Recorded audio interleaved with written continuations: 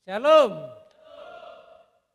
Iya, saya membayangkan khotbah ini untuk adik-adik kita atau anak-anak kita yang ingin meraih kesuksesan dalam hal ujian akhir sekolah. Nah, jadi saudara-saudara, firman Tuhan yang akan saya bawakan kepada kita semua, kepada saudara-saudara, apalagi untuk menghadapi ujian akhir sekolah, agar Anda bisa sukses, mari kita dengarkan firman Tuhan ini yang tertulis dalam Yosua 1 ayat 6 sampai 9. Saya akan bacakan untuk saudara-saudara.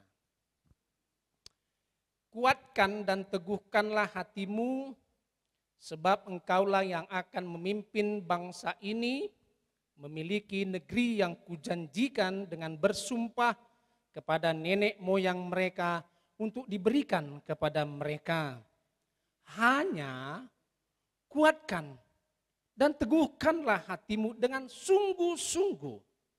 Bertindaklah hati-hati sesuai dengan seluruh hukum yang telah diperintahkan kepadamu oleh hambaku Musa.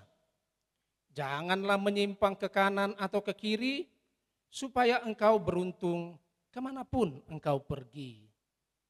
Janganlah engkau lupa memperkatakan kitab Taurat ini, tetapi renungkanlah itu siang dan malam, supaya engkau bertindak hati-hati sesuai dengan segala yang tertulis di dalamnya. Sebab dengan demikian perjalananmu akan berhasil dan engkau akan beruntung. Bukankah telah kuperintahkan kepadamu, kuatkan dan teguhkanlah hatimu. Janganlah kecut dan tawar hati, sebab Tuhan Allahmu menyertai engkau kemanapun engkau pergi. Demikian firman Tuhan. Nah, tema untuk kita yaitu hidup atau menjadi sukses ya. Tapi saya lebih senang kalau dikatakan menjadi orang sukses. Iya, menjadi orang sukses. Nah, saya percaya kalau saudara-saudara yang datang ini adalah orang-orang yang pasti kepingin untuk sukses. Amin. Ya. Karena itu saudara datang kemari. Kalau tidak, tentu saudara tidak datang kemari. Nah, orang pintar berkata, kesuksesan itu adalah milik semua orang. Milik semua orang. Dan kesuksesan itu tidak ditentukan oleh usia atau umur. Siapapun bisa. Saya bisa. Tulang ini juga bisa. Para wanita-wanita yang cantik juga bisa. Yang duduk di sana. Atau juga bapak-bapak yang ada di sini. Semua bisa. Enggak ada batasannya. Semua bisa. Dan tentu saja kalau kita datang kemari, saudara-saudara datang kemari, kita percaya kalau Tuhan menginginkan kita menjadi orang sukses. Amin. Iya. Itu.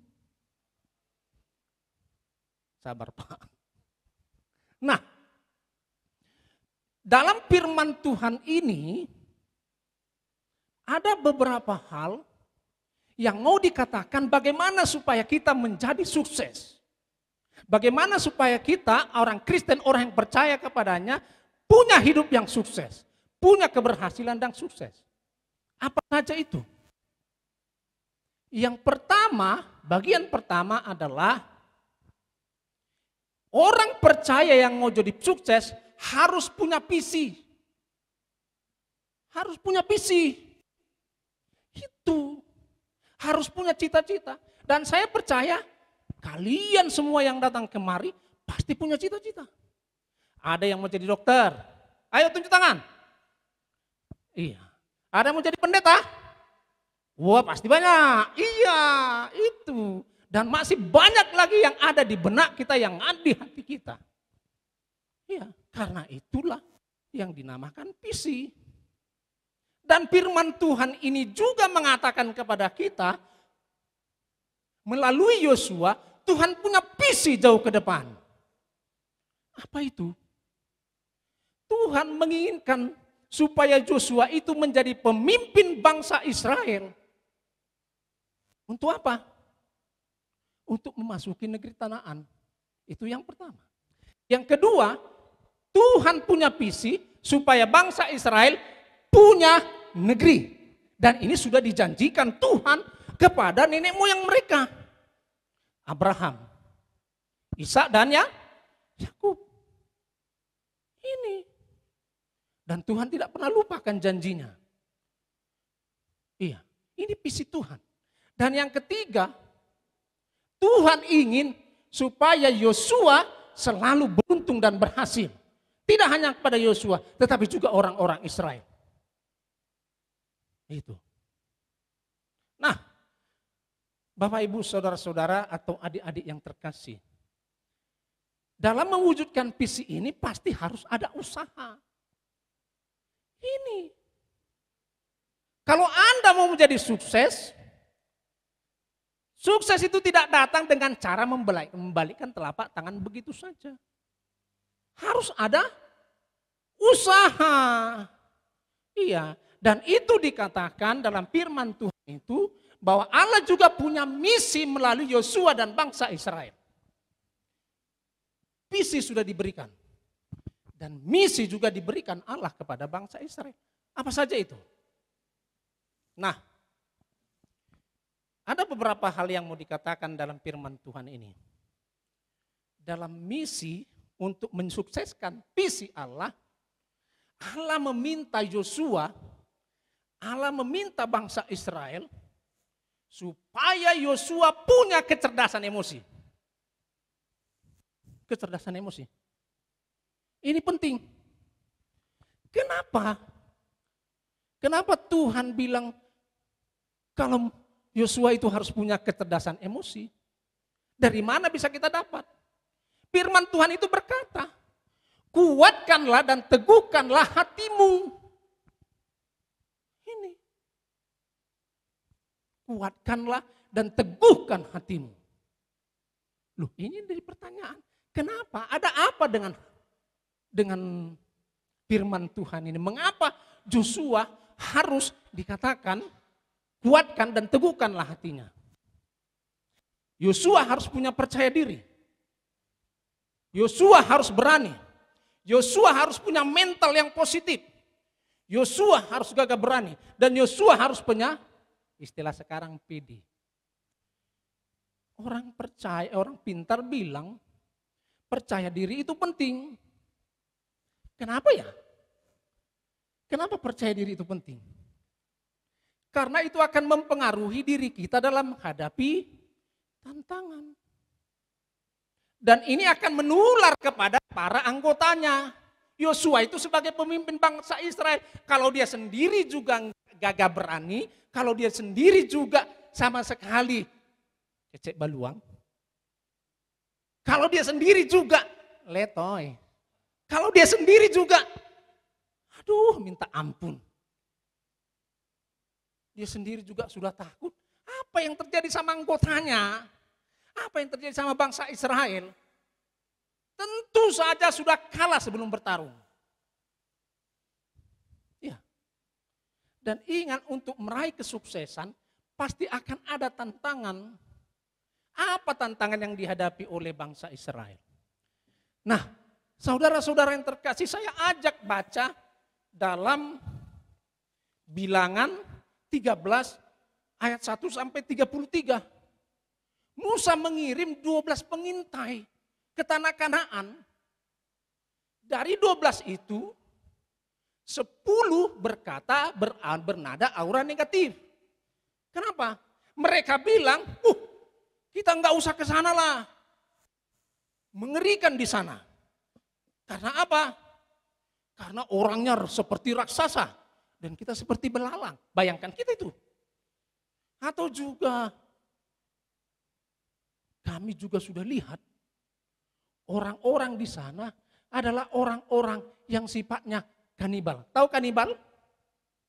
Tahu kanibal? Bapak, Ibu, saudara-saudara, kita saat lihat dulu kemari, nantilah api kau tuh. Iya. Itu. Makan orang, itu laporan. Dan akibatnya apa? Mempengaruhi. Tapi tunggu dulu. Ada dua orang yang sama sekali tidak takut. Siapa itu? Kaleb dan Yosua. Kaleb berkata, tidak, kita maju saja dan kita pasti menang. Punya percaya diri. Dan ini juga yang ada pada Yosua. Dan ini yang diinginkan oleh Tuhan. Supaya apa? Supaya dia tetap berani. Dia tidak takut. Walaupun Musa sudah tidak ada di tengah-tengah kehidupan mereka. Ini.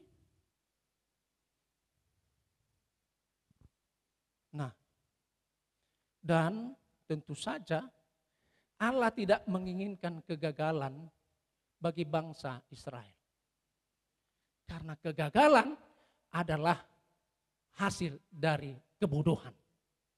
Karena itu adik-adik yang datang kemari. Tuhan tidak menginginkan supaya kalian ini menjadi orang-orang bodoh. Kalau kalian sudah menjadi orang bodoh, tentu saja kalian akan gagal menghadapi tantangan dan pada akhirnya kalian gagal menghadapi ujian.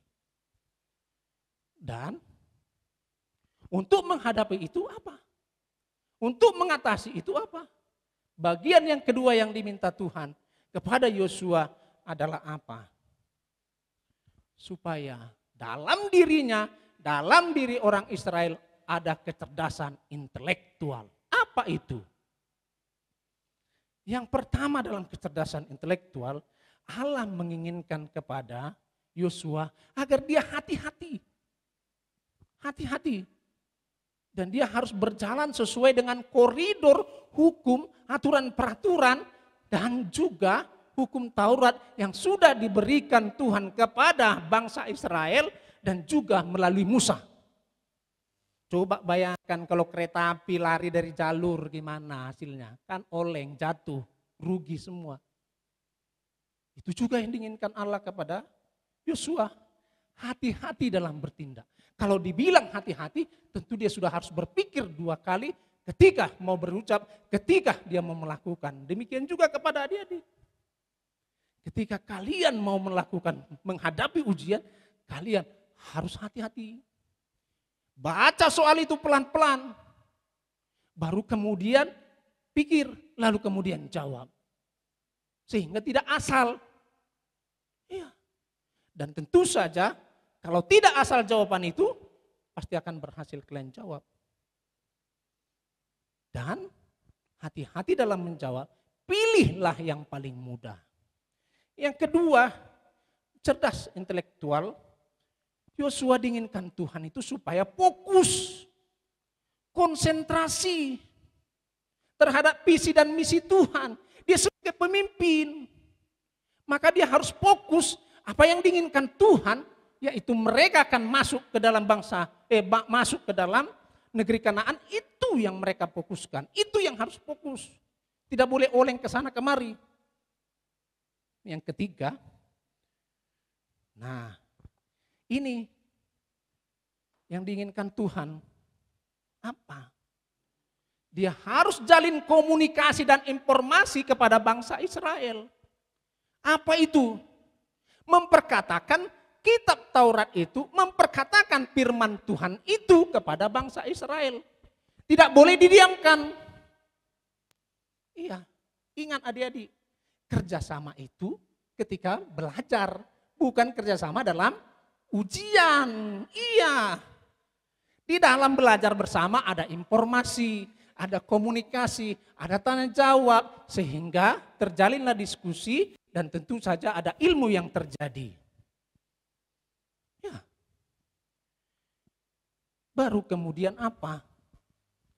Ada evaluasi. Evaluasi, merenungkan siang dan malam. Siapa tahu ada yang kurang. Siapa tahu ada yang perlu ditambah. Maka perlu ada evaluasi. Lalu kemudian ini yang paling utama.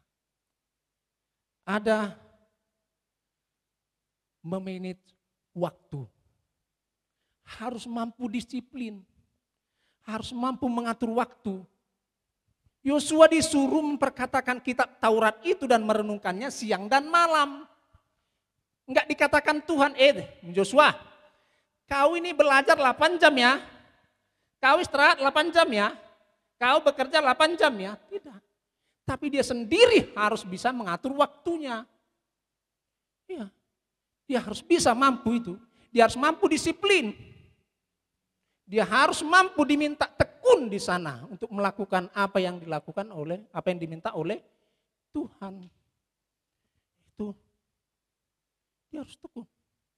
Tahu Ibu Susi, Pak Susi Pujianti kan? Iya. Mantan apa? Menteri apa? Iya, Susi Pujiastuti ya. Menteri apa?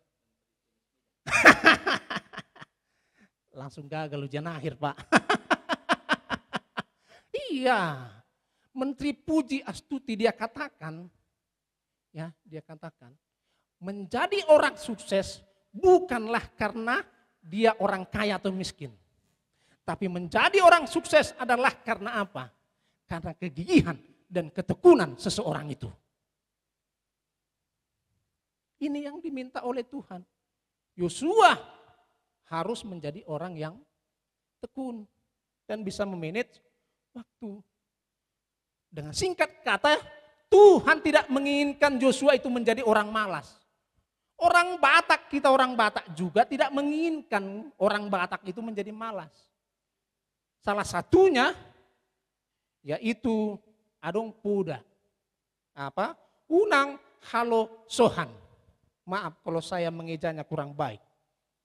Unang halo sohan itu meminta kepada kita supaya orang Batak ini menjadi orang-orang yang sukses, salah satunya adalah tidak menjadi orang malas. Firman Tuhan sendiri juga berkata begitu. Kalau kau jadi orang malas, lihat semut itu. Dia akan selalu bekerja. Dia tidak pernah lelah bekerja. Demikian juga. Dan yang terakhir, Allah menginginkan Yosua itu punya kecerdasan spiritual. Kecerdasan spiritual. Datuk Tahir, seorang pengusaha sukses di Indonesia ini, dia berkata setelah ditanya wartawan, Pak, apa rahasiamu jadi sukses? Kalau mau tahu kau, selain kerja keras, ada yang paling utama. Apa? Ibadah. Berdoa kepada Tuhan. Itu yang saya lakukan. Itu yang pertama saya utamakan.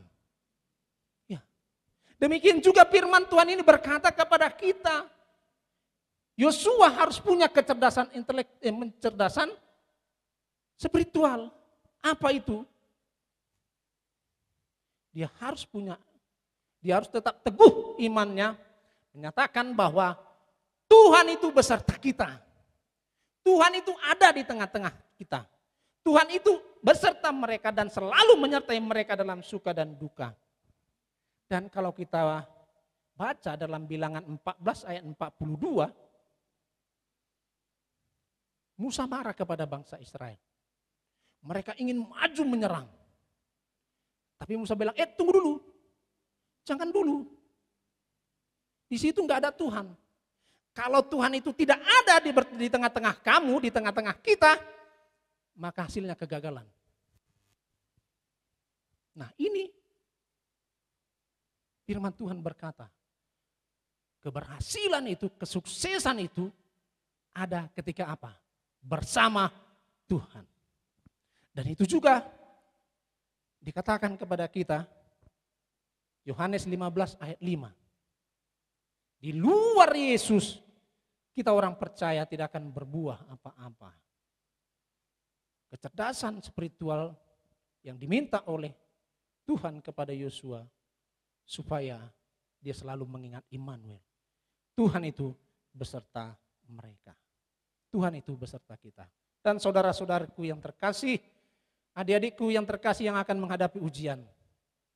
Kami berdoa semoga kalian sukses, kalian berhasil, dan ingatlah, sukses itu atau gagalnya seseorang tidak ditentukan oleh kaya atau miskinnya. Dan demikian juga sukses Bukan karena bisa atau tidak, tetapi karena kau mau atau tidak. Dan ingat yang paling utama, selain kau punya misi, kau juga harus punya visi, kau harus punya misi. Ada usahamu, tapi yang paling utama, kau harus tetap percaya. Tuhan besertamu dan percayalah kau akan meraih kesuksesan. Amin.